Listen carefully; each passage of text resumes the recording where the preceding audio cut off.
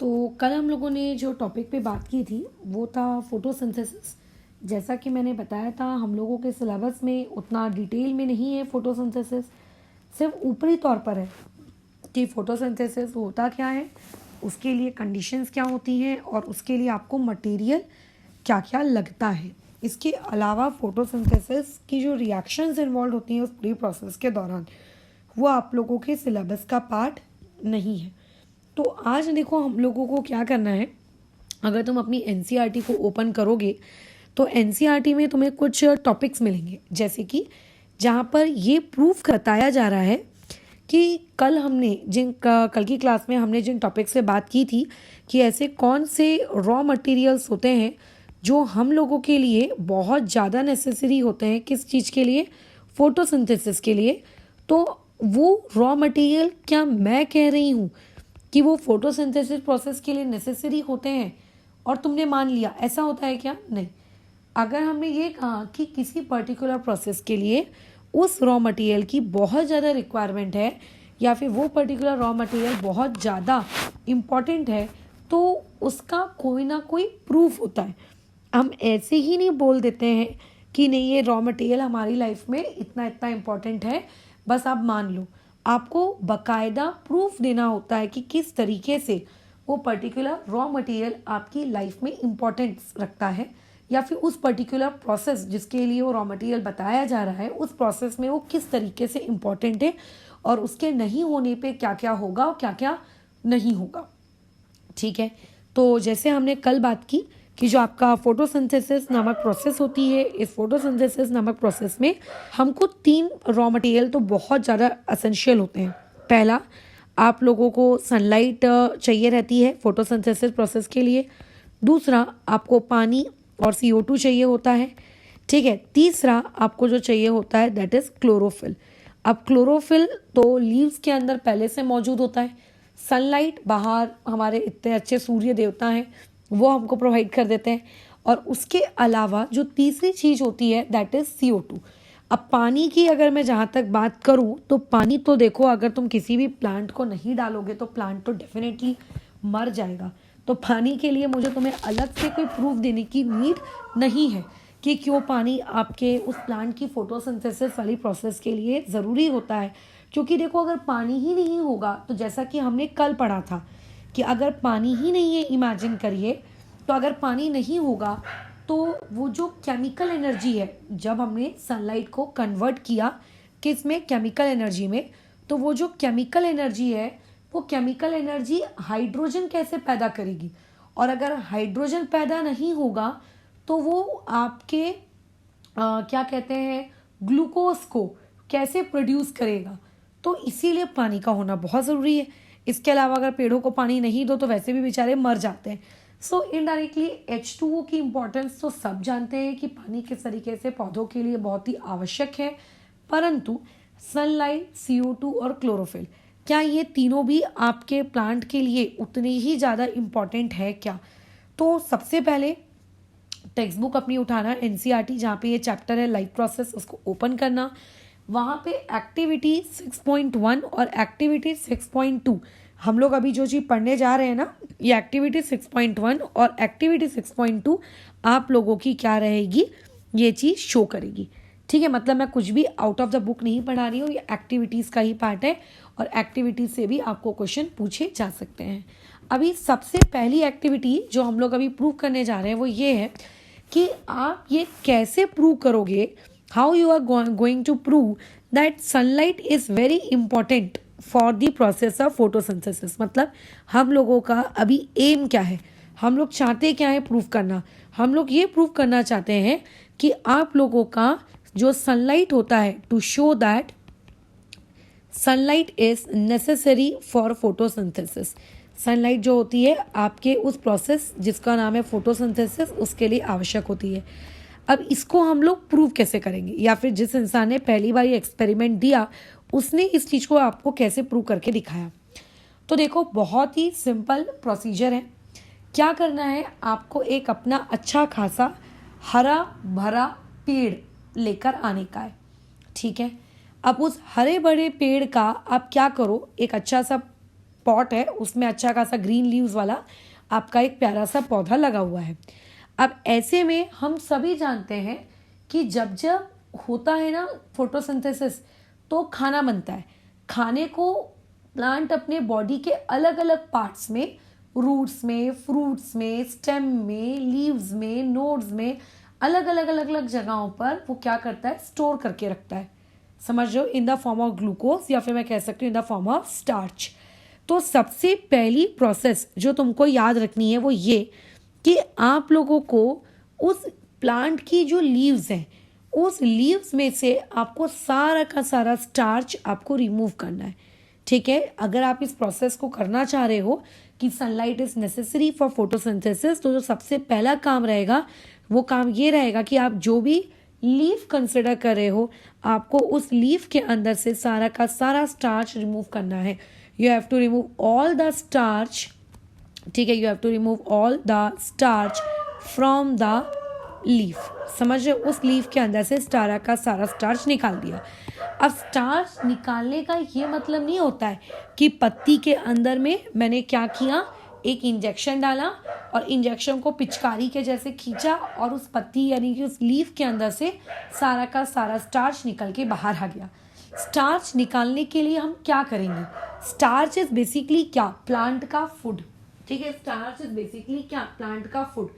अगर मैं तुमसे ये कहती हूँ कि मैं तुम्हारी बॉडी के अंदर से सारी की सारी जो एनर्जी है वो निकालना चाहती हूँ, तो क्या करेंगे इसके लिए? तुम्हें 3-4 दिन खाना पानी मत दो। जब तुम 3-4 दिन तक खाना ही नहीं खाओगे तो ऑटोमेटिकली तुम्हारी बॉडी के अंदर कभी नई एनर्जी नहीं जा रही है। तो जो तुम्हारी बॉडी के अंदर पहले से स्टोर्ड एनर्जी है या फिर जो तुम्हारी बॉडी के अंदर कह सकते हो पहले से स्टोर्ड फूड है, आप उसको यूज करोगे जिंदा रहने के लिए, और आपको कुछ नया खाने को नहीं मिल रहा है तो धीरे धीरे एक टाइम ऐसा आएगा कि वो स्टोर्ड फूड जो आपकी बॉडी के अंदर है वो भी समय के साथ साथ क्या होता जाएगा? कम होता जाएगा। तो अगर मैं ये चाहती हूँ कि उस लीफ के अंदर से हम सारा का सारा स्टार्च रिमूव कर दे, तो स्टार्च यानी कि उसका खाना, इसको बेसिकली रिमूव करने के लिए तुम्हें क्या करना पड़ेगा? इसके लिए क्या उपाय दिया है हमारे बाबा ने? जैसे तांत्रिक बाबा लोग होते हैं ना, वैसे ये सब सुपरस्टिशियस बातें हैं, इन पर कभी यकीन नहीं करना चाहिए। फालतू फालतू कुछ कुछ लोगों को बेवकूफ़ बनाने के लिए उपाय करते रहते हैं कि ये करो वो करो। तो वैसे ही हमारे बाबा जी ने हमको उपाय दिया है कि अगर आपको आपके लीव के अंदर से सारा का सारा स्टार्च निकालना है तो इसको अप टू 3 और 4 days keep it in dark room. ठीक है, आप उसको कहाँ कर दो? डार्क रूम में रख दो। अगर आप उसको डार्क रूम में रख दोगे तो डार्क रूम में रखने की वजह से क्या होगा? उसके अंदर का सारा स्टार्च क्या हो जाएगा? रिमूव हो जाएगा। क्यों? क्योंकि डार्क रूम का मतलब कि जहाँ कंप्लीट अंधेरा है, जहाँ कोई सनलाइट नहीं है। हमारा तो एम ही यही है ना, ये प्रूव करना कि सनलाइट नेसेसरी होती है, इसीलिए हमने उसको क्या रख दिया? सनलाइट से दूर रख दिया। जैसे अगर तुम में से कोई मुझको ये चीज़ क्लेम करता है कि नहीं मैडम मैं तो ना बिना पानी के भी जिंदा रह सकता हूँ, तो ये चीज़ प्रूव कैसे की जाएगी? तुम्हें पानी देना बंद कर देंगे। तो अगर मुझको ये प्रूव करना है कि सनलाइट के बिना भी प्लांट जिंदा रह सकता है, तो इसका क्या तरीका है बोलो? इसको कैसे प्रूव करेंगे हम लोग? इसको इस तरीके से प्रूव करेंगे कि हम प्लांट को सनलाइट देना ही बंद कर देंगे।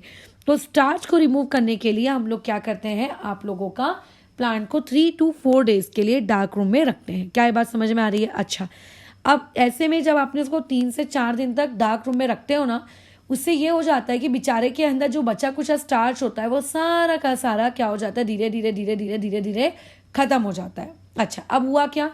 3 से 4 दिन के बाद सेकेंड टाइम हम प्लांट को वापस से, ठीक है, हम लोग प्लांट को हम लोग अगेन कहाँ पे जाके प्लेस कर देते? प्लांट को अगेन हम लोग प्लेस कर देते हैं सनलाइट में। मतलब 3 से 4 दिन पहले हमने बेचारे को अंधेरे में रखा, बंद कमरे में रख दिया, स्टोर रूम में रख दिया, पूरा अंधेरा था, कोई सनलाइट नहीं थी। फिर हम उस प्लांट को वापस से लेकर आए और उसको हमने सनलाइट में रख दिया। लेकिन अब सनलाइट में रख तो दिया है, बट हम लोग बड़े ही चालू किस्म के लोग हैं। हमने क्या किया? सनलाइट में रखने से पहले प्लांट को उसकी जो एक लीफ थी उस एक लीफ के ऊपर देखो इस तरीके का एक ब्लैक स्ट्रिप ऑफ पेपर लगा दिया। मतलब पूरे के पूरे प्लांट के ऊपर मैंने ये ब्लैक स्ट्रिप ऑफ पेपर नहीं लगाया, लेकिन प्लांट को सनलाइट में रखने से पहले ठीक है, before placing it in sunlight, plant को अंधेरे रूम से निकाला। अंधेरे रूम से निकालने के दौरान हमने उस लीफ के एक स्मॉल पार्ट में हमने क्या कर दिया, एक ब्लैक कलर की स्ट्रिप लगा दी before placing it in sunlight, उसको सनलाइट में रखने से पहले। बाकी प्लांट का जो दूसरा पार्ट है लीफ का, ये देखो पूरा ग्रीन ग्रीन है, ये देखो पूरा ग्रीन है, सिर्फ उसका कुछ पार्ट ही हमने क्या कर दिया है, अच्छी तरीके से हमने क्या कर दिया, उसका पैक कर दिया है। हमने ये पैकिंग क्यों की है, अगर किसी कोई डाउट आ रहा होगा कि हमने ये पैकिंग क्यों की है, इस पैकिंग का रीज़न क्या है, तो इस पैकिंग का एक बहुत ही सिंपल सोबर सा रीज़न है, वो ये कि आप नहीं चाहते कि उस पर्टिकुलर एरिया में सनलाइट की जो रेज होती हैं वो अंदर जाए। मतलब आपका ये एम है कि लीफ का उतना पार्ट हमेशा डिप्राइव्ड रहना चाहिए। किससे डिप्राइव्ड रहना चाहिए, सनलाइट से। मतलब तुम्हारा ये बिल्कुल, तुम ये चाहते हो कि ये जो ब्लैक ब्लैक कलर का पार्ट है, जिस जगह को हमने कवर कर दिया है, हाँ ठीक है, ये क्यों कवर किया है, because we don't want sunlight, ठीक है, we don't want sunlight to enter in that particular region, ठीक है, we don't want sunlight to enter into that particular region. तो मतलब क्या होगा, आपने सबसे पहले क्या किया, जो आपकी कंप्लीट लीफ थी, उस कंप्लीट लीफ के अंदर से सारा स्टार्च निकाल दिया। अब बेचारी लीफ के पास कोई भी स्टार्च नहीं है। फिर उसके बाद 3 से 4 दिन बाद आप क्या करते हो, उस लीफ को लेकर जाते हो, उसका एक पर्टिकुलर पार्ट में आप काला कलर का स्ट्रिप लगा देते हो, बाकी पार्ट को आप खुला रहने देते हो। तो बाकी पार्ट जो आपका खुला है वो सनलाइट के कांटेक्ट में आएगा। सनलाइट क्या करेगी बताओ, जो सनरेज होंगी वो क्या करेंगी बताओ, आप लोगों के उस ग्रीन पार्ट के अंदर एंटर होंगी। लेकिन जो ब्लैक पार्ट है, उस ब्लैक पार्ट के अंदर में ग्रीन कलर की आपकी जो सनलाइट है वो एंटर में नहीं कर पाएगी। ठीक है, ऐसा करने के लिए हमने प्लांट को 3 से 4 दिन के लिए अगेन क्या कर दिया, आपके धूप में रख दिया, या फिर कुछ घंटों के लिए, अगर धूप बहुत तेज है तो कुछ घंटों के लिए रख दिया। समझ रहे हो। तो पहले क्या किया, उसको डार्क रूम में रखा, फिर उसके बाद क्या किया, उसको सनलाइट में रखा। डार्क रूम में पत्ती पे हमने कोई कवर नहीं किया था, पत्ती ऐसी थी पूरी तरीके से खुली। ठीक है, सारा उसका जो स्टार्च है वो खत्म हो गया 3 से 4 दिनों के अंदर। प्लांट ने यूज कर लिया वो स्टार्च। फिर क्या होगा, अब जब हम लोग 3 से 4 दिन बाद उस पर्टिकुलर प्लांट को बाहर निकालने का सोच रहे हैं, तो बाहर निकालने से पहले हमने क्या डिसीजन लिया कि प्लांट की जो लीफ है उसके एक पार्ट को ब्लैक कलर की स्ट्रिप से कवर कर दिया जाए। इससे क्या होगा कि जब आप उसको सनलाइट में रखोगे तो सनलाइट की जो रेज है वो सारे ग्रीन कलर के पार्ट्स में एंटर करेंगी, बट वहां पे जो ब्लैक कलर का पार्ट है वहां पे एंटर नहीं करेंगी। क्या ये बात समझ में आ रही है? ओके, ये 3 से 4 दिन खत्म हो गए। अब आगे क्या करना है आपको, आपने क्या किया, वो जो पर्टिकुलर लीफ थी आपने उस लीफ को तोड़ दिया। प्लांट से आपने उस लीफ को तोड़, जैसे हम फूल तोड़ते हैं ना, हमने क्या किया, उस लीफ को तोड़ दिया। अब लीफ को तोड़ने के बाद हम क्या कर रहे हैं, सुनो, हमने सबसे पहले लीफ को क्या किया, उसको प्लग किया, प्लग मतलब उसको तोड़ लिया। तोड़ लेने के बाद हमने क्या किया, वो जो काला काला कलर का हमने उसके ऊपर लेयर लगा के रखी थी, हमने वो ब्लैक कलर की जो स्ट्रिप है उस पत्ती के ऊपर से हमने क्या कर दी, रिमूव कर दी। अब यहाँ पे जो चौथी स्टेप है ना वो बहुत ज़्यादा इंपॉर्टेंट है। चौथी स्टेप में देखो हम लोग क्या करते हैं, गरम गरम पानी लेते हैं। ठीक है, गरम गरम पानी लेने से होता कि एकदम उबलता हुआ एकदम गरम गरम पानी, बॉइलिंग वाटर, ये आपका एक कंटेनर है। इस कंटेनर के अंदर में क्या है, आप लोगों का ये बॉइलिंग वाटर है, और इस बॉइलिंग वाटर के अंदर में हम लोगों ने क्या कर दिया, उस पत्ती को जो हम तोड़ के लेकर आए थे, ठीक है, उस पत्ती को हमने स्ट्रिप निकालने के बाद हमने क्या कर दिया, बॉइलिंग वाटर के अंदर हमने डाल दिया। अब सबसे पहला ये सवाल कि हम लोग बॉइलिंग वाटर के अंदर में लीव को क्यों डाल रहे हैं, क्या रीजन क्या है। तुम अगर एक चीज इमेजिन करो कि अभी तुम्हारे किचन में आलू होगा, आलू कच्चा होता है, सख्त होता है, कड़क होता है। जब आप उसको उबालते हो तो क्या हो जाता है, वो नरम हो जाता है। अगर आपके पास लेट्स से कोई दूसरी वेजिटेबल्स हैं, ठीक है, जब आप उन्हें उबालते हो वो क्या हो जाती हैं, नरम हो जाती हैं। सो एक्चुअली होता क्या है कि चाहे एनिमल के सेल्स हो या चाहे प्लांट के सेल्स हो, ठीक है, सबके ऊपर एक मेम्ब्रेन होती है। ठीक है, सबके ऊपर सेल क्या होती है, एक सेल मेम्ब्रेन होती है। तो एक्चुअल में होता क्या है सेल मेम्ब्रेन की वजह से अगर मैं उस लीफ पर कोई लिक्विड डालूंगी तो वो लिक्विड उस लीफ के अंदर पेनिट्रेट नहीं कर पाएगा। जैसे अभी तुम्हारे हाथ है, तुम्हारे हाथ के ऊपर लेट से मैंने पानी डाल दिया, इमेजिन, तो क्या वो पानी तुम्हारे हाथ के अंदर अंदर घुस जाता है क्या? नहीं, स्लिप होकर गिर जाता है। समझ रहे हो? तो प्लांट की जो लीव्स होती हैं, वाटर उसके अंदर या कोई दूसरा लिक्विड उसके अंदर इजीली नहीं घुस पाता है। क्यों नहीं घुस पाता है? Because of that membrane. Membrane allow नहीं करती है किसी दूसरे लिक्विड को लीफ के अंदर एंट्री देना। तो हम लोग क्या करते हैं, जब उसको बॉइलिंग वाटर में ऐड करते हैं, मतलब जब हम उसको बॉइलिंग वाटर में डालते हैं, तो बॉइलिंग वाटर में डालने से होता क्या है कि जो बॉइलिंग वाटर की वजह से वहां पे उस लीफ की जो कि सेल मेम्ब्रेन है, वो सेल मेम्ब्रेन क्या हो जाती है, पूरी की पूरी टूट जाती है। ठीक है, सेल मेम्ब्रेन क्या हो जाती है, ब्रेक डाउन हो जाती है। और अगर आपकी सेल मेम्ब्रेन ब्रेक डाउन हो गई तो इसका मतलब क्या है कि नाउ आप बहुत ही इजीली जो आप लिक्विड उस पत्ती पे डालने वाले थे, वो इजीली आप लिक्विड क्या करोगे, डाल सकते हो, और वो लिक्विड उस लीफ के अंदर तक जा सकता है। तो ऐसे हम लोग कौन सा लिक्विड डालते हैं, ऐसा राह चलता हुआ कोई भी ऐरा गहरा लिक्विड नहीं डाल देते। हम लोग क्या करते हैं, एक बार अगर सेल मेम्ब्रेन उबलते हुए पानी में डालने की वजह से पत्ती के ऊपर की ब्रेक अगर हो गई, तो उसके बाद हम लोग उसमें क्या करते हैं, ऊपर से आयोडीन सोल्यूशन ऐड करते हैं। वेरी इंपॉर्टेंट पॉइंट, कौन सा सोल्यूशन ऐड किया जाता है, आयोडीन सोल्यूशन ऐड किया जाता है। अच्छा, क्यों ऐड करते हैं वो बाद में समझेंगे। आयोडीन सोल्यूशन ऐड किया जाता है, हमने सेल मेम्ब्रेन को तोड़ा ही इसीलिए ताकि जब मैं आयोडीन सोल्यूशन डालूं तब पत्ती के अंदर अगर स्टार्च बना है या फिर स्टार्च बचा है, तो आयोडीन उस पत्ती के डीप इनसाइड में जो स्टार्च मौजूद है, उस स्टार्च को जाके बोलो वो क्या कर सके, बताओ, आपके साथ रिएक्शन कर सके। ठीक है, अच्छा, लेकिन आयोडीन सोल्यूशन हम लोग ऐसे ही नहीं डाल देते। ठीक है, आयोडीन सोल्यूशन ऐसे नहीं डालते हम लोग। सबसे पहले देखो हम लोग क्या करते हैं, ये हो गई हमारी स्टेप नंबर 4, हमने उसकी मेम्ब्रेन को तोड़ दिया। अब आती है स्टेप नंबर 5। स्टेप नंबर 5 तो बाबा एक कदम और आगे की स्टेप है।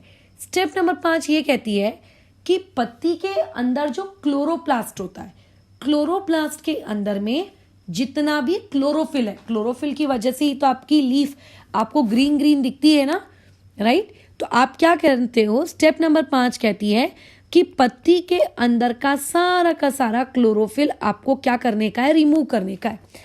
बराबर, आप क्या करते हो, आप रिमूव करना चाहते हो। मैं बाद में रीजन प्रोवाइड कर दूंगी कि हम लोग क्यों रिमूव करना चाहते हैं, इसका रीजन हम लोग यहाँ पे देख लेंगे बाद में।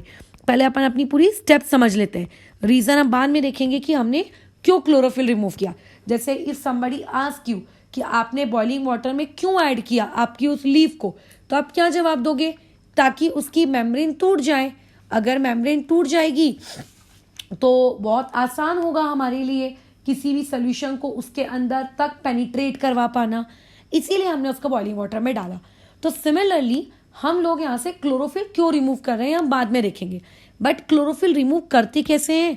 अगर मैं तुमसे कहूंगी कि जाओ जाके एक पर्टिकुलर रेसिपी बना के लेकर आओ, मेरे को खाने की है, तो तुम क्या पूछोगे कि करते कैसे हैं। तो क्लोरोफिल रिमूव करने के लिए आप अगेन क्या लेते हो, एक बीकर लेते हो। बस फर्क इतना होता है कि इस बार इस बीकर के अंदर में वाटर नहीं होता। ठीक है, इस बार इस बीकर के अंदर वाटर नहीं होता, वाटर के बदले यहाँ पे इस बीकर के अंदर है अल्कोहल। अब ये अल्कोहल क्या होता है, अब आगे जाके जब आप लोग कार्बन कंपाउंड्स वाला चैप्टर पढ़ोगे ना, तब आप सीखोगे इसके अंदर क्या होता है, अल्कोहल। इस अल्कोहल भरा हुआ है इस कंटेनर में। अब देखो, अगर कंटेनर में पानी होता है ना, तो हम लोग उसको सीधा बर्नर के ऊपर लगा देते हैं, और बर्नर क्या होता है, नीचे से हीट एनर्जी देता है और हमारा पानी गर्म होता है, जो कि हम यूजुअली रोज करते हैं, घर में खाना बनाते हैं। बट कभी भी आप अल्कोहल को डायरेक्ट हीट एनर्जी सप्लाई नहीं करते। ठीक है, याद रखना, कभी भी डायरेक्ट हीट एनर्जी, ठीक है, आप सप्लाई नहीं करते हो। Direct heat energy is not supplied to alcohol. मतलब अगर तुम ऐसा सोच रहे हो कि मैं अल्कोहल के बीकर के नीचे बर्नर लगा दूंगा या लगा दूंगी, तो ऐसा नहीं करना है। आपको क्या करना है, इस बीकर से बड़ा एक बीकर लेना है, इस बीकर से बड़ा आपको एक बीकर लेना है। उस बीकर के अंदर में आपको क्या करना है, ये अपने अल्कोहल वाले बीकर को डालना है। ठीक है, अच्छा, अब जो आपने बड़ा सा बीकर लिया, इस बड़े से बीकर के अंदर में क्या भरते हैं हम लोग? आपका पानी भरते हैं। और बर्नर किसको लगाया जाता है? बर्नर आपके इस बड़े से बीकर को लगाया जाता है। तो होता क्या है कि जो हीट एनर्जी है, ये हीट एनर्जी पहले किसको मिलती है? बोलो, वाटर को मिलती है। और वाटर से फिर ये हीट एनर्जी किसको मिलती है? अल्कोहल को मिलती है। हम लोग कभी भी उसको डायरेक्ट हीट एनर्जी सप्लाई नहीं करते। जैसे तुम्हें पता होगा, तुम लोगों के घर में हॉट वाटर बैग्स होंगे। जब मान लेते हैं कोई चोट वोट लग गई तो अपन लोग, या दर्द वर्द हो रहा है लेट से, तो वो एक रहता है ना प्लास्टिक का, नहीं प्लास्टिक नहीं, एक रबर का बैग। उस रबर के बैग के अंदर गरम गरम पानी भरते हैं और फिर अपनी जगह की सिकाई करते हैं, राइट। कभी ऐसा होता है कि गरम गरम पानी खुद के ऊपर उड़ेल लेते हो? क्यों नहीं करते वाला काम? क्योंकि जल जाएगी ना यार स्किन। तो सिमिलरली अल्कोहल्स को भी हम लोग कभी भी डायरेक्टली बर्नर के पास इस तरीके से हीटिंग के लिए नहीं लेकर जाते। क्यों नहीं लेकर जाते हम लोग उसको हीटिंग के लिए? क्योंकि आप लोगों का जो अल्कोहल है, ये अल्कोहल हाईली इनफ्लेमेबल लिक्विड है, ठीक है। ये बहुत ही जल्दी क्या कर सकता है? आग पकड़ सकता है। और लैब में जो भी आजू बाजू आग पकड़ने वाले सब्सटेंस होंगे उनमें भी क्या लग जाएगी? आग लग जाएगी। इसीलिए कभी भी अल्कोहल को फ्लेम के ऊपर डायरेक्टली हीटिंग नहीं करते हैं, ठीक है। इट विल कैच फायर, ठीक है, इट विल कैच फायर। वो क्या कर लेगा? आग पकड़ लेगा। तो ऐसे में हम लोग हमेशा क्या करेंगे बताओ? हमेशा जब भी क्लोरोफिल को रिमूव करना हो, अगर स्कूल शुरू होते तो तुम डेफिनेटली एक्सपेरिमेंट स्कूल में कर रहे होते, ठीक है। अगर आपको क्लोरोफिल को रिमूव करना है तो क्लोरोफिल को रिमूव करने के लिए बोलो आप क्या करोगे? एक बीकर लोगे। इस बड़े से बीकर को हम लोग कहते हैं वाटर बाथ, ठीक है। यूजुअली ये वाटर बाथ ऐसा दिखता नहीं है। जब तुम लोग लैब वगैरह में एक्चुअली काम करोगे तो तुम्हें पता चलेगा कि अच्छा वाटर बाथ दिखता कैसा है, ठीक है। इस बड़े से बीकर को हम लोग क्या कहते हैं? वाटर बाथ, ठीक है। तो यहाँ पे क्या कहते हैं हम लोग? Water bath. सो देयरफॉर इस पूरी प्रोसेस में हम लोग क्या यूज करते हैं? We use water bath for heating of alcohol, ठीक है। किस काम के लिए? For heating of alcohol. तो क्यों ऐसा करते हैं? ताकि डायरेक्टली हीट एनर्जी सप्लाई नहीं की जाए। क्योंकि अगर आपने डायरेक्टली हीट एनर्जी सप्लाई की तो क्या हो जाएगा बताओ? आग पकड़ लेगा। इसीलिए आप यहाँ पे क्या करते हो? आप क्या करते हो? यहाँ पर वाटर बाथ का इस्तेमाल करते हो। और अल्कोहल के अंदर में उस पत्ती को बॉईल होने देते हो कि जा पत्ती तो उबलती रहे उबलती रहे उबलती रहे।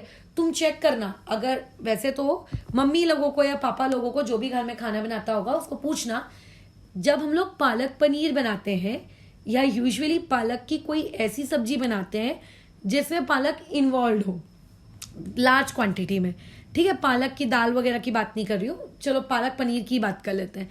तो पालक को ब्लांच किया जाता है। अब what do you mean by the term blanch? गर्म पानी लिया जाता है। गर्म पानी के अंदर पालक की लीव्स को फॉर 1 और 2 मिनट्स आप उसके अंदर डिप करते हो और उसको निकाल लेते हो। आप ऐसा नहीं करते कि आलू के जैसे पानी के अंदर, जैसे हम आलू को उबालते रहते हैं, आप उसके अंदर कभी भी पालक की पत्तियों को लॉन्ग टाइम तक नहीं उबालते पानी के अंदर। उसको सिर्फ क्या करते हो? फॉर फ्यू मिनट्स गर्म पानी के अंदर डिप करते हो और फ्यू मिनट्स बाद आप उसको निकाल लेते हो। आप ब्लांच करते हो, आप बॉईल नहीं करते। ऐसा क्यों करते हैं? क्योंकि अगर तुमने बॉईल कर दिया ना उस पालक की पत्तियों को, तो उस पालक की पत्ती के अंदर का जो क्लोरोफिल है, मतलब जो डार्क ग्रीन कलर है, वो धीरे धीरे डिस्ट्रॉय होता है। फिर जब तुम उस पालक पनीर की सब्जी बनाओगे तो जो एकदम डार्क ग्रीन कलर मिलना चाहिए, वो उतना डार्क ग्रीन कलर आपको नहीं मिलता है, ठीक है। तो usually whenever we heat any leaf which is rich in chlorophyll, वो यूजुअली उसका क्लोरोफिल क्या होने लगता है? डिस्ट्रॉय होने लगता है। बट हम क्लोरोफिल को डिस्ट्रॉय करने के लिए पर्टिकुलरली किसका इस्तेमाल करते हैं? अल्कोहल का, ना कि पानी का। अल्कोहल ज्यादा और जल्दी क्या कर सकता है? क्लोरोफिल को डिस्ट्रॉय करने की एबिलिटी रखता है। मैं ऐसा नहीं कह रही कि पानी नहीं कर सकता, पानी कर सकता है, बट हो सकता है कंप्लीटली ना कर पाए, हो सकता है जल्दी ना कर पाए। So therefore we use here alcohol. तो यहाँ पे अल्कोहल के अंदर में आप लोग स्टेप नंबर 4 में क्या कर रहे हो? रिमूव कर रहे हो क्लोरोफिल। कैसे रिमूव कर रहे हो क्लोरोफिल? आपकी वो जो ग्रीन कलर की पत्ती है, पहले हमने उसको पानी में उबाला, पानी में उबालने के बाद अब हम उसको किस में उबाल रहे हैं? क्लोरोफिल में उबाल रहे हैं। अब आपकी पत्ती अल्कोहल में उबाल देने के बाद अब ग्रीन ग्रीन कलर की ना दिखेगी। अब यही आपकी ग्रीन कलर की पत्ती क्या हो जाएगी? कलरलेस लीव में कन्वर्ट हो जाएगी। अगर आपकी पत्ती का ग्रीन कलर गायब हो जाए और कलरलेस आ जाए तो समझ जाना कि सारा का सारा क्लोरोफिल क्या हो चुका है, हट चुका है। ठीक है, अच्छा अब आपने क्लोरोफिल हट गया तो आपकी तो ऐश हो गई, आप खुश हो गए, अरे वाह क्लोरोफिल हट गया हमारा। अब देखो सिक्स्थ स्टेप क्या होती है। क्लोरोफिल को हटाने के बाद हम लोग क्या करते हैं, आपकी वो जो पत्ती है उस पत्ती को हम लोग क्या करते हैं, वॉश करते हैं। क्यों वॉश करते हैं, ताकि अगर थोड़ा बहुत भी अल्कोहल उस पत्ती के ऊपर चिपका हो तो हम लोग उसको क्या कर सके, हटा सके। ठीक है, क्या ये बात समझ में आ रही है? अच्छा, लेकिन उसको वॉश किससे किया जाता है, हॉट वाटर से वॉश किया जाता है। ठीक है, क्यों उसको हॉट वाटर से वॉश करते हैं, इसके 2-3 रीजंस हैं। पहला रीजन, अगर अभी भी कोई क्लोरोफिल उस पत्ती में चिपकी हुई है, ठीक है, अगर अभी भी कोई क्लोरोफिल उस पत्ती पे स्टिल अगर अभी भी चिपकी हुई है तो वो स्टिकिंग क्लोरोफिल को क्या किया जा सके, रिमूव किया जा सके, इसीलिए हम उसको हॉट वाटर से क्या करते हैं, वॉश करते हैं। या फिर एक और रीजन होता है कि पत्ती और सॉफ्ट हो जाए। ठीक है, और सॉफ्ट मतलब पहले तो ऑलरेडी आप उसको गर्म पानी में उबाल चुके थे तो बेचारी पहले से और सॉफ्ट हो चुकी थी, बट आप उसको और सॉफ्ट करने के लिए क्या करते हो, बोलो, उसको और एक बार गर्म पानी से वॉश कर देते हो तो बेचारी और सॉफ्ट हो जाती है, राइट, वो और सॉफ्ट हो जाती है। अब इसके बाद तुम एक चीज देखते हो, अब आती है आपकी आखिरी स्टेप। आप लेकर आते हो अपने पास एक आयोडीन सोल्यूशन, मतलब ये आपकी लीफ है, ये लीफ अब बेचारी कैसी है, कलरलेस है। ये पूरी की पूरी लीफ आपकी कैसी है, बताओ, कलरलेस है। इस लीफ के ऊपर आपने पोलियो ड्रॉप डाली। क्या नाम है इस पोलियो ड्रॉप का, आयोडीन सोल्यूशन। एक्चुअली में ये पोलियो ड्रॉप नहीं है, आपने एक लिक्विड डाला, आयोडीन सोल्यूशन। क्या डाला आपने, आयोडीन सोल्यूशन। तो जब आप आयोडीन सोल्यूशन डालते हो तो आप ये देखते हो कि आपकी जो लीफ जो कि कलरलेस हो गई थी, कलरलेस क्यों हो गई थी, क्योंकि हमने उसके अंदर का सारा क्लोरोफिल निकाल दिया था। आयोडीन सोल्यूशन को जैसे ही आपने उस लीफ के ऊपर डाला तो आप ये देखते हो कि आपकी लीफ का जो पार्ट हमने कभी कवर नहीं किया था, ठीक है, देखो हमने लीफ का ये वाला पार्ट कभी कवर नहीं किया था ना, तो जिस पार्ट को हमने कवर नहीं किया था, जो अनकवर्ड पार्ट था उस लीफ का, वो वाला आपके इस तरीके के ब्लू ब्लैक कलर में कन्वर्ट हो जाता है। मतलब ब्लू और ब्लैक कलर को अगर तुम मिक्स करोगे तो जो कलर बनेगा उस कलर में क्या हो जाती है, आपकी लीफ कन्वर्ट हो जाती है। वो आपकी लीफ का नया कलर होता है, वो आपकी लीफ का क्या होता है, नया कलर होता है। ठीक है, वो आपकी लीफ का कैसा कलर होता है, वो आपकी लीफ का न्यू कलर होता है। समझ रहे हो, यानी कि कलरलेस लीफ अचानक से किस में कन्वर्ट हो गई, कलरलेस लीफ अचानक से किस में कलर हो गई, कन्वर्ट हो गई, ब्लू ब्लैक कलर में कन्वर्ट हो गई। ब्लू ब्लैक कलर आपको वहां पे देखने को मिलता है। अब ये जो ब्लू ब्लैक कलर है ये सिर्फ और सिर्फ उतने ही हिस्से पे आपको देखने को मिलता है जो अनकवर्ड था। अनकवर्ड का मतलब जब हमने उसके अंदर की सारी स्टार्च निकाल दी थी, सारी स्टार्च निकालने के बाद जब हम उसको धूप में रखने वाले थे स्टेप नंबर 2 में, तो हमने एक तरफ क्या लगा दी थी, ब्लैक कलर की स्ट्रिप लगा दी थी और बाकी तरफ हमने ब्लैक कलर की स्ट्रिप नहीं लगाई थी। तो जहां पे हमने ब्लैक कलर की स्ट्रिप नहीं लगाई थी वो चीज कन्वर्ट हो गई ब्लू ब्लैक कलर में, और जो चीज के पास स्ट्रिप थी, ठीक है, जो चीज के पास स्ट्रिप थी वो स्ट्रिप, मतलब इसके ऊपर मैंने स्ट्रिप लगा के रखी थी, तो जिस जगह पे स्ट्रिप डाली हुई थी वहां पे आपको कोई ब्लू ब्लैक कलर नहीं मिला, यहाँ पे कोई भी ब्लू ब्लैक कलर आपको नहीं मिला। तो लोगों ने सोचा, सबसे पहले तो ये सोचा, दिमाग लगाया कि ये ब्लू ब्लैक कलर आया क्यों, वाई ब्लू ब्लैक कलर। सबसे पहला उनके दिमाग में ये सवाल आया कि आखिर ये ब्लू ब्लैक कलर आता क्यों है, इसके ब्लू ब्लैक कलर का रीजन क्या है। तो इसका आंसर सिंपल है कि अगर आप आयोडीन का सोल्यूशन डाल रहे हो, आयोडीन सोल्यूशन अगर आप डाल रहे हो, किसके अंदर डाल रहे हो, किसी भी चीज के अंदर डालोगे क्या, नहीं, आप आयोडीन सोल्यूशन डालो एक ऐसे सब्सटेंस में जिसके पास स्टार्च होता है। जो जिस सब्सटेंस के पास स्टार्च होता है, जैसे ही उसमें आयोडीन सोल्यूशन डाला जाएगा तो तुरंत वो चीज किस में कन्वर्ट हो जाती है, ब्लू ब्लैक कलर में। यानी कि अगर तुमको ब्लू ब्लैक कलर दिख रहा है तो इस ब्लू ब्लैक कलर का क्या मीनिंग होता है, इस ब्लू ब्लैक कलर का ये मीनिंग होता है कि उस पर्टिकुलर जगह पर स्टार्च मौजूद है, और अगर तुमको ब्लू ब्लैक कलर नहीं मिला, इट मीन्स दैट आयोडीन के उस पर्टिकुलर जगह में कोई भी स्टार्च नहीं था। अगर किसी पर्टिकुलर जगह में स्टार्च नहीं होता तो स्टार्च नहीं होने की वजह से आपको कभी भी ब्लू ब्लैक कलर भी नहीं मिलता। तो इससे क्या सीख मिलती है कि जो पार्ट अनकवर्ड था वो अनकवर्ड पार्ट किस में कन्वर्ट हो गया, ब्लू ब्लैक में कन्वर्ट हो गया। इसका मतलब उस अनकवर्ड पार्ट के पास स्टार्च रहा होगा। स्टार्च कैसे आया, हमने तो स्टेप नंबर 1 में सारा का सारा स्टार्च रिमूव कर दिया था, ठीक है। स्टेप नंबर 1 में हमने पूरा का पूरा स्टार्च रिमूव किया था। तो ये अनकवर्ड पार्ट में स्टार्च कहाँ से आया, ठीक है। तो इट मीन्स दैट कि जब हमने स्टेप नंबर 2 में उस लीफ को वापस से क्या किया, आप लोगों के धूप में रखा, तो जो पार्ट आपका अनकवर्ड था उस अनकवर्ड पार्ट ने सनलाइट को यूज किया और जो स्टार्च उसका खत्म हो चुका था उसने उस स्टार्च को वापस से प्रोड्यूस किया। लेकिन जो पार्ट आपने ब्लैक स्ट्रिप से कवर करके रखा था वो ब्लैक स्ट्रिप से कवर्ड पार्ट क्या कर पाया, सनलाइट को अपने अंदर एंट्री नहीं दे पाया। और अगर सनलाइट अंदर एंट्री नहीं ले पाई तो स्टार्च भी प्रोड्यूस नहीं हुआ, और स्टार्च प्रोड्यूस नहीं हुआ इसका मतलब आयोडीन डालने पर आप लोगों को वहां पर क्या नहीं मिल रहा है, ब्लू ब्लैक कलर का सोल्यूशन नहीं मिल रहा है। इससे ये चीज प्रूफ होती है कि अगर किसी चीज के अंदर आप सनलाइट, मतलब अगर किसी लीफ को अगर आप सनलाइट नहीं दोगे तो सनलाइट नहीं देने से क्या होगा, वो अपने अंदर स्टार्च मैन्युफैक्चर नहीं कर पाएगी, ठीक है। अब तुम समझो कि हम लोगों ने पहले उस प्लांट को स्टेप नंबर 1 में डिस्टार्च क्यों किया था, हमने उसके अंदर का सारा स्टार्च क्यों निकाला था।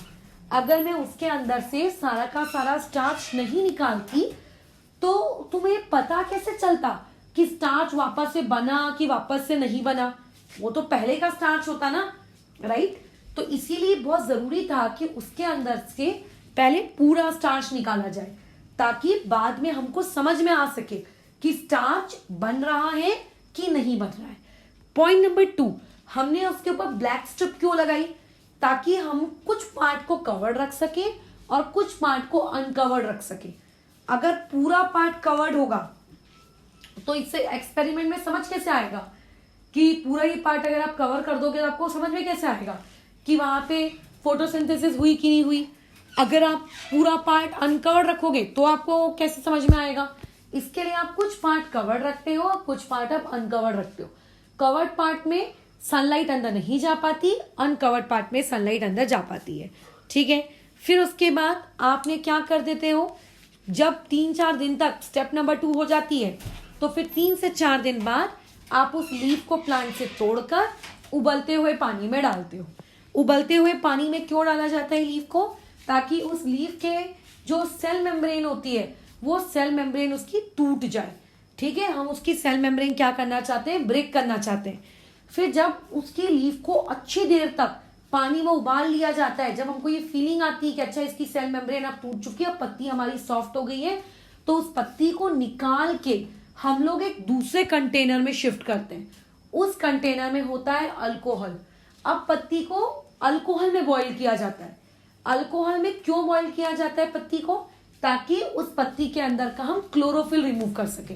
उस पत्ती के अंदर का हम क्या रिमूव कर सके, क्लोरोफिल रिमूव कर सके। समझ रहे हो। अच्छा, अब क्लोरोफिल रिमूव करना क्यों जरूरी है वो मैं अभी इस वीडियो के एंड में बता दूंगी। बट अल्कोहल में बॉईल करने से उसके अंदर का सारा क्लोरोफिल क्या हो जाता है, खत्म हो जाता है, ठीक है। हाँ, बट एक पॉइंट का आपको ध्यान रखना है कि क्लोरोफिल को अल्कोहल को कभी भी डायरेक्ट ही हम नहीं करते। हमेशा हम एक ऐसे कंटेनर के अंदर में डालते हैं जिस कंटेनर, मतलब वाटर बाथ का यूज करते हैं। क्यों वाटर बाथ का इस्तेमाल करते हैं, अल्कोहल हाईली इनफ्लेमेबल लिक्विड होता है जो आग पकड़ लेगा, ठीक है। इसीलिए डायरेक्ट हीटिंग नहीं की जाती।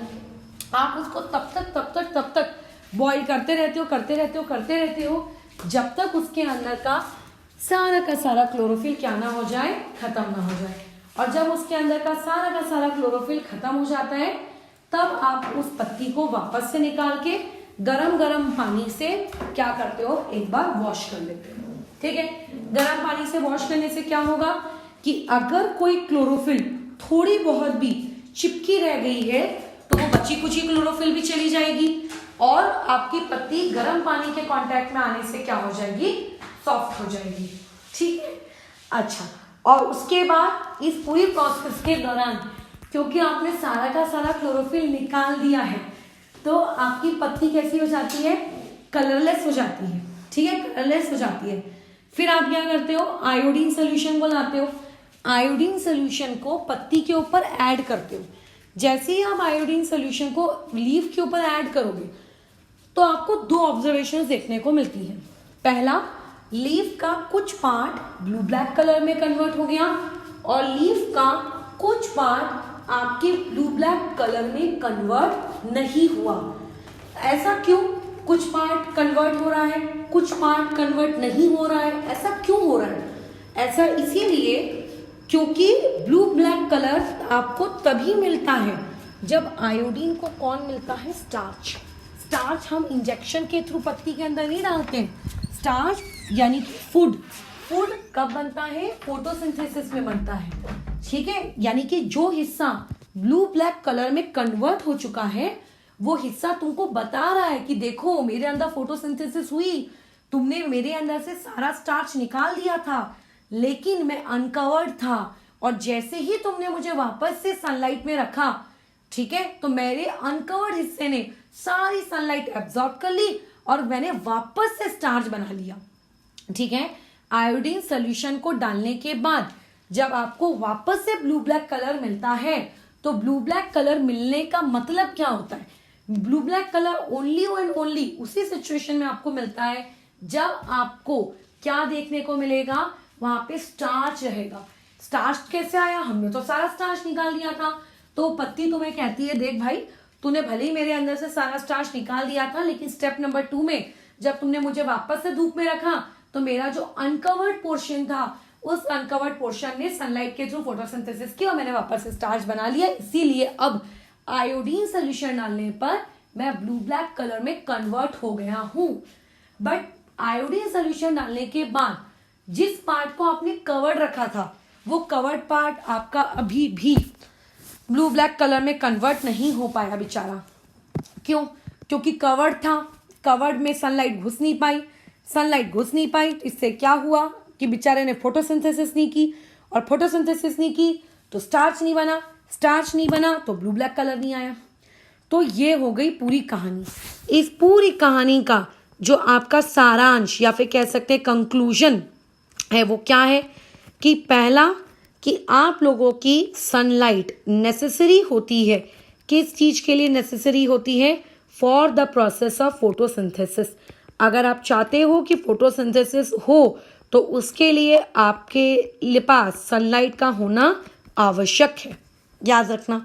ठीक है, दूसरी चीज, ड्यूरिंग फोटोसिंथेसिस जब आपके पास फोटोसिंथेसिस होती है तो उस फोटोसिंथेसिस के दौरान आपके जो लीव्स होते हैं, लीव्स क्या करते हैं, अपना फूड बनाते हैं। फूड यानी कि किसको बनाते हैं वो लोग, स्टार्च को बनाते हैं। तो इस एक्टिविटी के दौरान हम ये प्रूव करने में सफल साबित हुए कि सनलाइट बहुत नेसेसरी कंपोनेंट होता है आपके फोटोसिंथेसिस का। अगर सनलाइट नहीं होगी तो प्लांट स्टार्च नहीं बना पाएगा।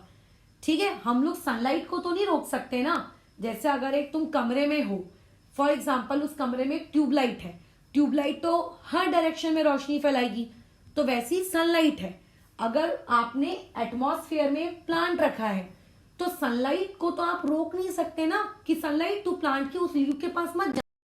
तो इससे बेटर है